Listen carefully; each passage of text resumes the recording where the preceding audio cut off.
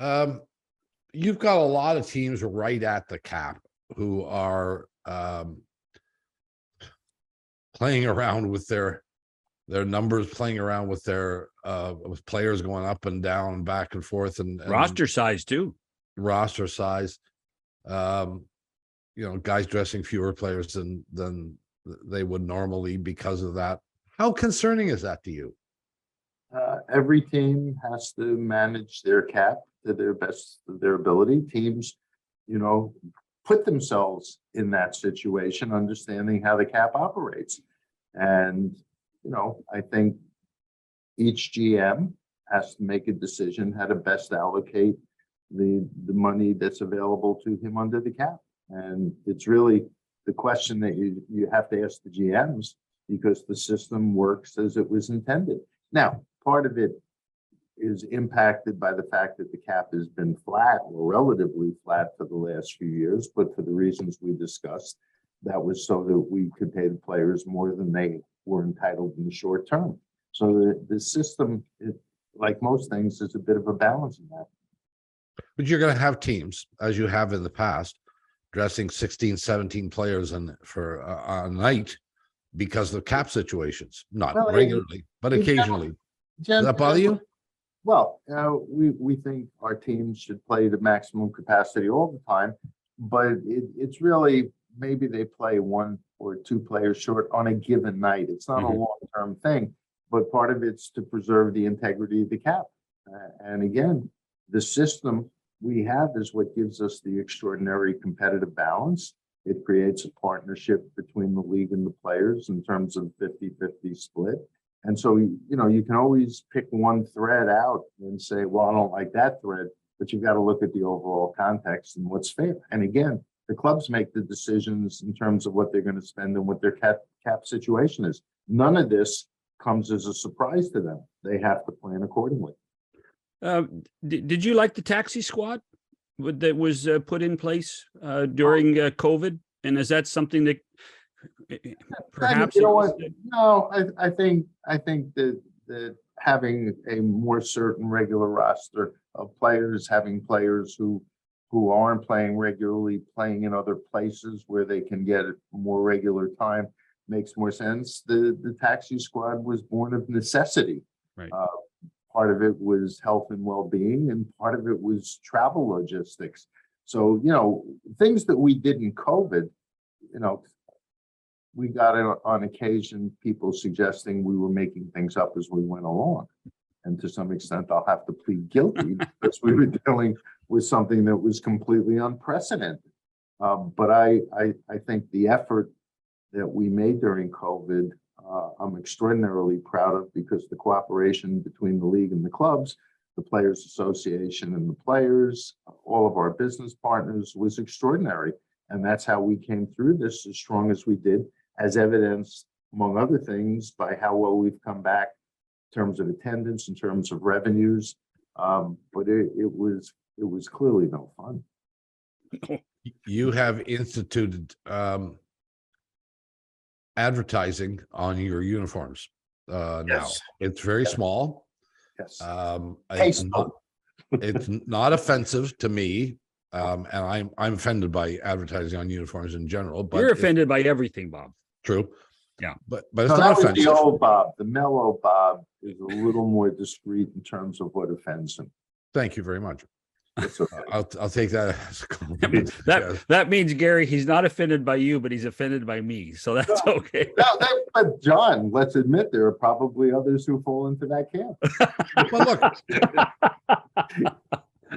so you've got advertising. Virtually every team has got it. Edmonton, has Edmonton got their deal done yet? Not yet. They don't have it yet. Not everybody. Let me give you the genesis of this. So when we were dealing with COVID and we were playing reduced seasons, there were club obligations that they had to make good on to business partners and advertisers, because we weren't delivering 82 games Right. buildings. And that was where the notion of putting the decal on the helmet came from. And it was well received and turned out to be very valuable. And, the world, while we're not going to look like European soccer or European hockey in terms of the uniforms, the general tendency in North America is that advertising is going on uniforms, and we figured, and again, historically, this isn't something that I was enthusiastic to embrace, but I understood the economic realities and the value of it.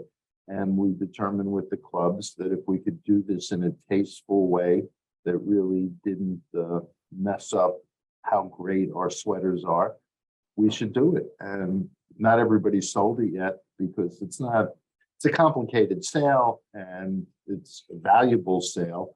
But for those who have sold it, it has been valuable. And frankly, you know, if you look at while we're making up the escrow over time, we lost in gross revenues during COVID, I don't know, $4 or $5 billion. I mean, so this isn't going to make up for it, but it's a trend that everybody's doing, as is digitally enhanced dashboards, which, by the way, I think look great.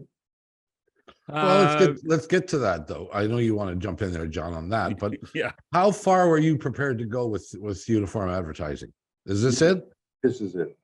This is There's it. no more. No, as I said, before you even asked, remember I said, we're not going to look like the uniforms in Europe, either soccer or hockey. This Well, is. So this is it. helmets and a shoulder patch in theory. How much? No, helmets. Oh, helmets and shoulder pads. That's it. Yeah. So you brought up the digital boards. Yes, they look For great. For the most part, they look great. Well, but like most things, it's a work in progress. We're going to learn things that work better than others. Some things may be more distracting. One of the problems, and I fell into it initially as well, the opening few nights, you weren't watching the game. You were staring at the dashboards just because we wanted to see what it looked like. But if you're watching the game, it's not a distraction at all. In fact, it's less so because it's cleaner and there isn't as much going on for the most part. And over time, like the logos in the ice behind the goal line, we learn what looks better and what works better. And so this will evolve. And over time, it's going to enable us to do things on the dashboards like we do in the building when a goal is scored or there's a power play. So it won't just strictly be advertising. It'll be more like game presentation. And I think long term, it's going to be terrific. To be the devil's advocate, I agree with you 95% of the time on this thing. Then we got to work on the last 5%. Yeah, because I don't like it when there's a defenseman with the puck behind the net and he moves to his left and a car passes him. By the way, and that's part of fine tuning this. And it passes him at a really high speed too. Oh. but if you're watching the play, you don't notice it quite as much. But again, I agree with you. It's about 95% right, and we're going to tweak the last 5%. And over time, we're going to use it in ways that will enhance the game presentation as well, much the way they do on the video boards and arenas. Yeah. Now, is there any way that it can be triggered when they cut cameras so that you don't see the movement and the changes as the game goes on right away? Well, there are, I think, something like 11,000 insertions for all the teams and all the games. It's kind of hard to do it in sync with the game. It's really done based on timing. But again, if you're watching the game, the switchover generally doesn't impact you watching the game. But again, because you and I and others, because we're focused on the digitally enhanced dashboards as a change in the technology advancement, we're really watching that instead of the game, which is not the way most fans are consuming it.